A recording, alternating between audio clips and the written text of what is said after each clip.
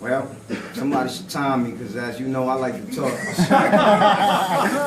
I like to talk, so this can go 2 minutes or 2 days. It really depends. But I'm excited. As you can see, if you're starting to feel that energy and that rhythm in the air, this is why I was excited about today, because when I get surrounded by power, I grow, man.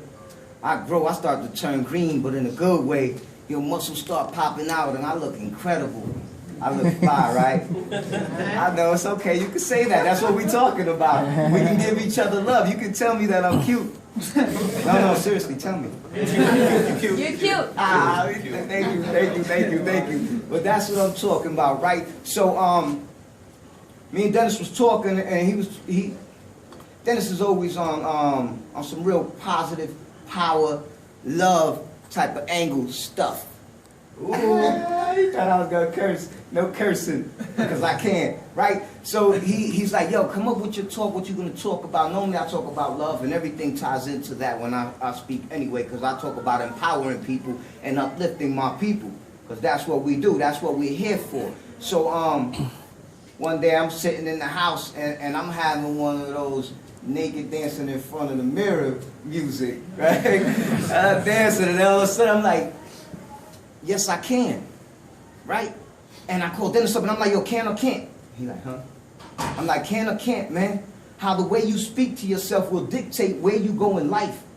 It will dictate where your people go in life, how we move forward as a community. It's all dependent on can and can't, right? As a kid, I was 12 years old, so y'all know me, I was a rugged child, pissy child, very, very, very challenged in good behavior.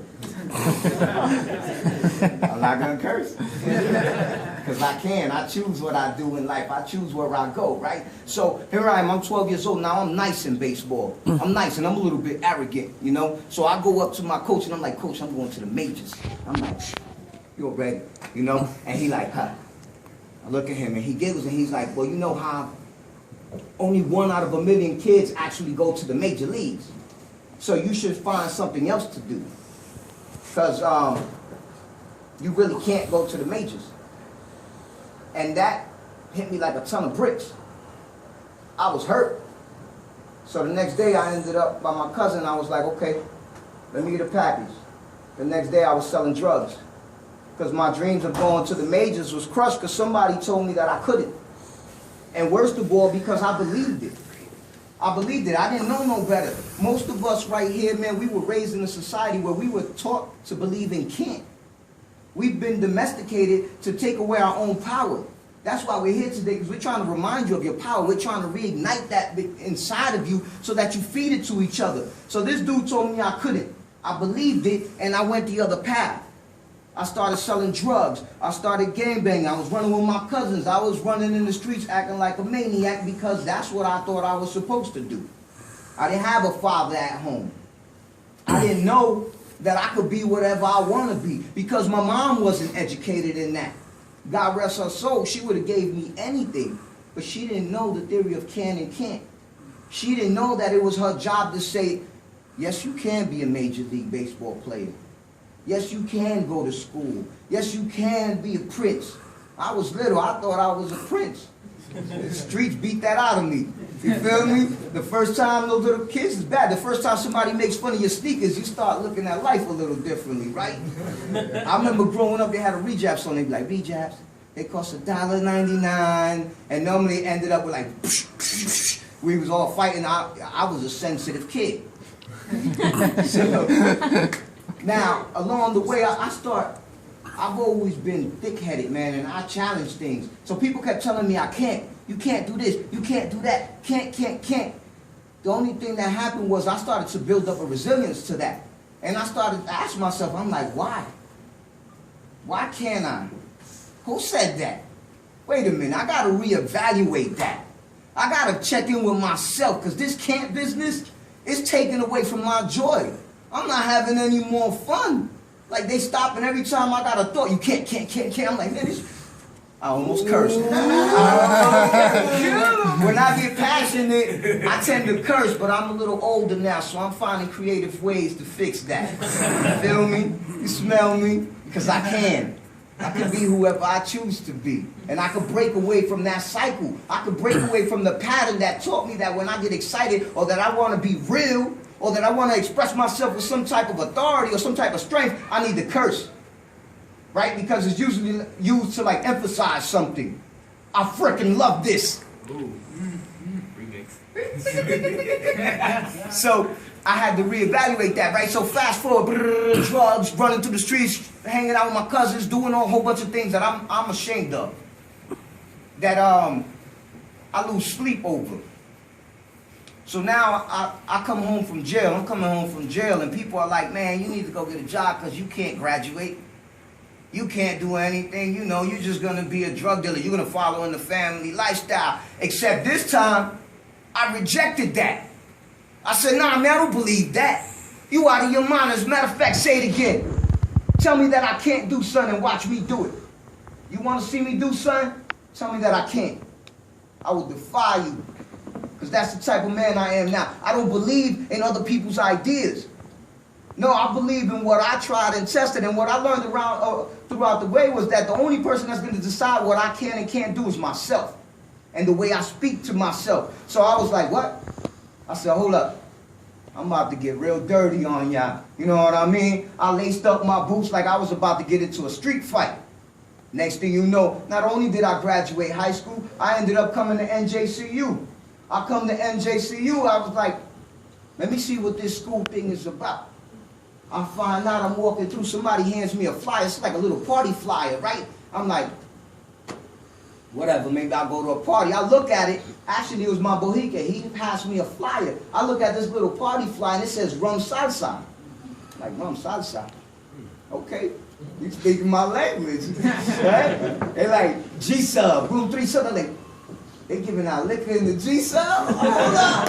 I gotta go up there, right? So, ends up, I was bamboozled. It was an interest meeting. I walked in, I'm like, man, this ain't no party. I end up going home. Now, my girl at the time, she was interest for LTA. So I go up to her, I'm like, yo, I went to this interest meeting, and these dudes was talking about abriendo puertas, opening doors, knocking down barriers, creating paths for our people so that we can progress. I said, man, that sounds right. My soul dancing kind of music. It was something that really, really resonated inside of me. So and she goes to me, what do you think she said? She said, you can't do that. She said, you can't pledge LSU. You gonna punch somebody in the face. Only thing I heard was, can't. I'm like, what? I got a little angry. We had a fight. I was like, you know what? I'll call you when this is over. She's like, no, don't do it. 17 years later, here I am standing in front of you, giving you a speech about can and can't, when I'm the last person that anyone ever thought could even formulate an intelligent sentence. When I walked into the brothers, right, the brothers had a vote. They looked at me and they was like, man, I don't know, this dude is a little bit rugged. Fortunately, everything had a plan, right? I said I can. I walked into a room full of brothers who ultimately believed that I could. If you say you can, you will. If you say you can't, you won't. They believed that I could. They put me online, I crossed, and in the process, they gave me the tools and resources that was necessary to follow through on that, to become who I'm meant to be. So now I start feeding myself, yes I can, yes I can, yes I can, and I start believing that. And what happens is, I started to change the world around me. I started to change the energy around me. I started to shift the faces around me. My peoples, I got brothers doing life. I got real gutter people in my family. And so when they come up to you, and they come up to me and they say, yo, you changed my life, man. You gave me permission to be better. Because we didn't know that. So when I started to say I can, they started to say I can. Because they saw me living that. And together, we started to believe that we could. And we started to change the way our family was looked at. We started to change the way we moved. Now you look at my family, I was the first one in my family to go to college. I was the first one to get my master's, to do all of that stuff because we didn't believe in education. Now, when you look at my family, there's no question if they're going to college. The only question is, what college are you going to? What are you going to study? If you go up to one of my kids, I promise you, and I'm talking about my kids right here that are in this room today, my kids at home, if you go up to them and tell them they can't, they will laugh in your face. Because I breathe power. I feed that to them all day, every day. And that's what we need to do as a community. For 24 hours. Too many times we would come up, somebody will come up to you, you know what I mean? I see little kids all the time, coach Little League Baseball.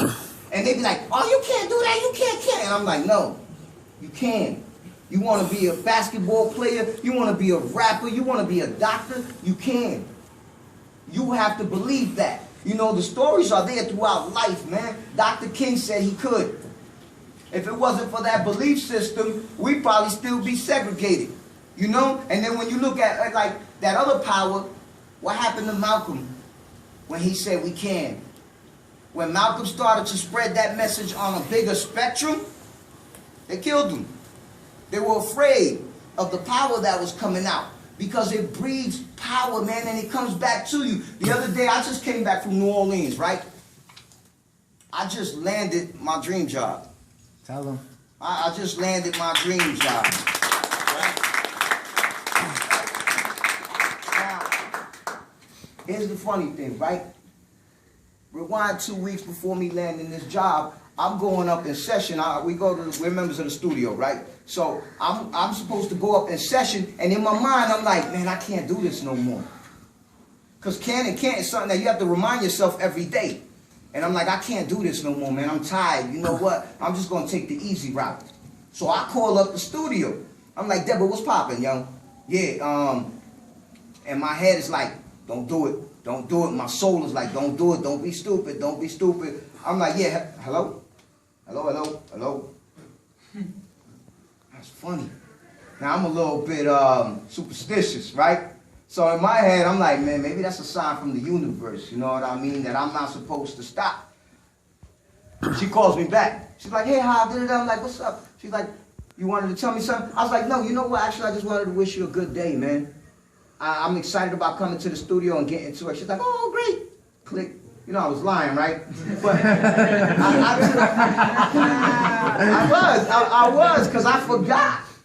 I forgot, man. I forgot about can and can't. So I was like, I lied. I said, yeah, no, I was just calling to check, and I'm so excited about coming back. Blah, blah, blah. Click, hang up. Fast forward 2 weeks, I go up in session. Next thing I know, there's a lady sitting in the audience who is the key to my dream job.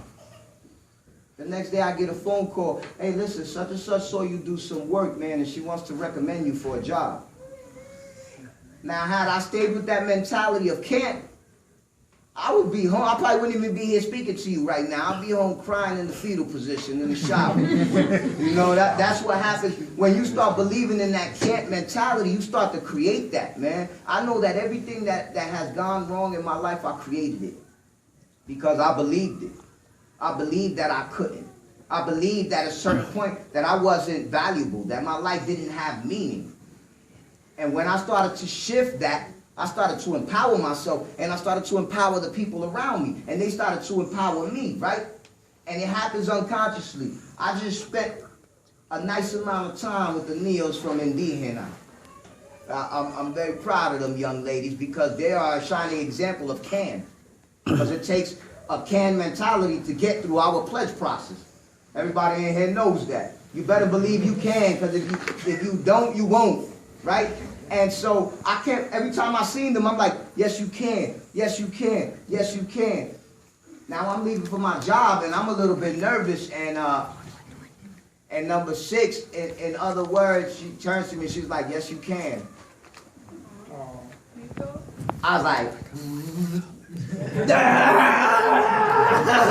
I own this world. It's mine. She didn't even, I didn't let on, but she had no idea how much she empowered me in that one moment. When that one moment, when she fed it back to me, it was the culmination of everything that I work on. When I see my kids and I see them graduating and getting their grades, that feeds me. When I stood here today and I told you how you motivate me, it's because I look at this room and I see a whole bunch of cans. And I don't mean Dominicans, Puerto Ricans, and Mexicans. I mean people who know that they can, right? How do I know? Because you're here. because you're in college, because you're attending universities, because you've survived one of the hardest pledge processes in the Greek world. That means you can. When I watch you do your work, it reminds me. You remind me of who I am. You remind me of my authentic self and how powerful I am when I believe in myself. When I give myself the ability, I give myself that permission. And when I give it to myself, inadvertently, actually on purpose, I give it to you. And we feed off each other. We give it back and forth. The more you say I can, the more powerful you become. The more powerful the people around you become. The easier it becomes for us to navigate life. It's hard out here, man. It is hard, and we got enough people that want to tear us down, that are full of hate because they're afraid, because they don't understand that we're meant to harmonize, to live in rhythm with one another. So I ask you that when we see each other, to remember to say, I can. Yes, you can be who you choose to be, the way you choose for that to look. Believe in that. When you hear someone say something that has truth, that has power, that has passion, give them a prayer. If you say something that ignites me, I will say amen.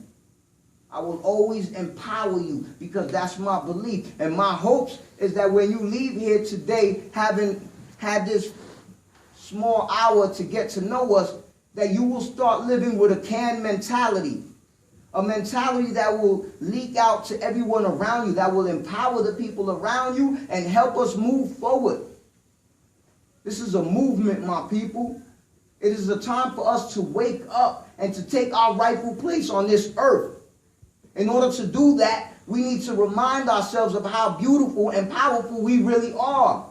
We need to remember that we can be whoever we choose to be, the way we see that. You feel me? I told you I would get through this without cursing, right?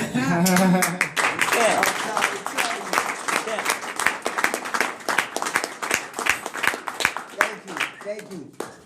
We can, yo. It's our turn. It's our time, my people. Let's take it back. I love you.